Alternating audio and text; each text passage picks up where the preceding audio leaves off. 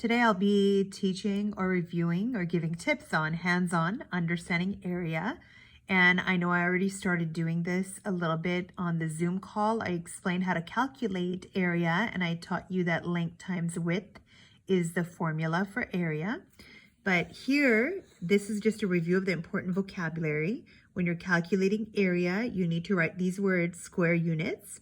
Okay, so if they give you a specific unit of measure like centimeters or yards, you can write centimeters squared, or you could write the word square centimeters. Okay, so that's required for area. This is what a square unit is. Okay, so this is what we mean. Okay, and remember from my Zoom class, I explained that area means you calculate area for carpeting, for flooring, for tiling, not for the walls. Okay, so not for paint. That would be a different thing. That's on the perimeter, right? Your walls are on the perimeter of the room. So one of the main concepts of this lesson is that you understand that a shape that has the same area could have two very different perimeters.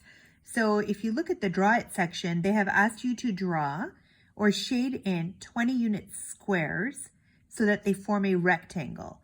So that's important to read the directions because you can't make a hexagon, a triangle, or any other shape. It's got to be a rectangle, okay? And they're asking you to calculate the perimeter, okay? Then they're saying shade another 20 unit squares so that they form a different rectangle. So it cannot have the same length and width as the one you used here. And this is all going to make more sense when I show it to you. So here's what I've done. I started over here first, listing. What are some ways that I could make 20? 10 times 2 is 20, 5 times 4 is 20, and then of course using commutative property, 4 times 5, 2 times 10, okay? Here are two shaded figures that both have an area of 20 square units.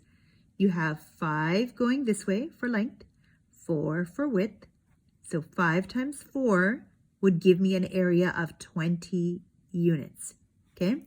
Here it's 10 and here it's 2. So 10 times 2 would give me 20 square units. But they're asking me for perimeter. So if you remember from the perimeter lessons, right? Sorry, I'm shaking so much. 10 plus 10, 20 for perimeter, plus 2, 22, plus another 2, 24. So it's 24 units. Okay, so I would come over here and you're more than welcome to use this as your example. So what is the perimeter of your rectangle? So the first one would be 24 units. Notice it is asking me for perimeter. So I'm not going to put square right now. Okay, then we come back up here to our example. So we have 5. So this will be 5 also. If this is 4, this will be 4 also. So 5 plus 5 gives me 10, plus these two together will give me 8. So then it would be 18 units. So the P, that means perimeter, for this shape is 18 units. And here I'm going to come down here. I'm going to write that.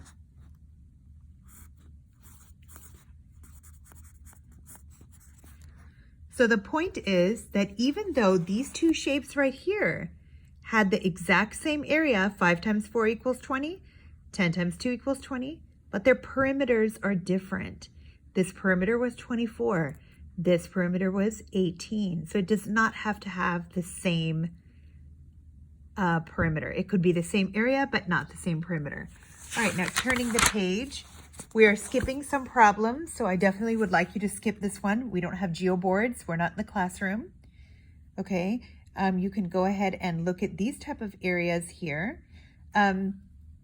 These are irregular figures. Okay, these are figures that are not rectangles. They're not quadrilaterals. So if you take a look here, you can't figure out doing length times width. What is the area? So it's really easy. You just count each one. 1, 2, 3, 4, 5, 6, 7, 8, 9. And that's how you calculate it. Basically count all of the shaded areas. And that's how many square units you'll have. Okay, so for these type of figures, that's how you do it. Okay.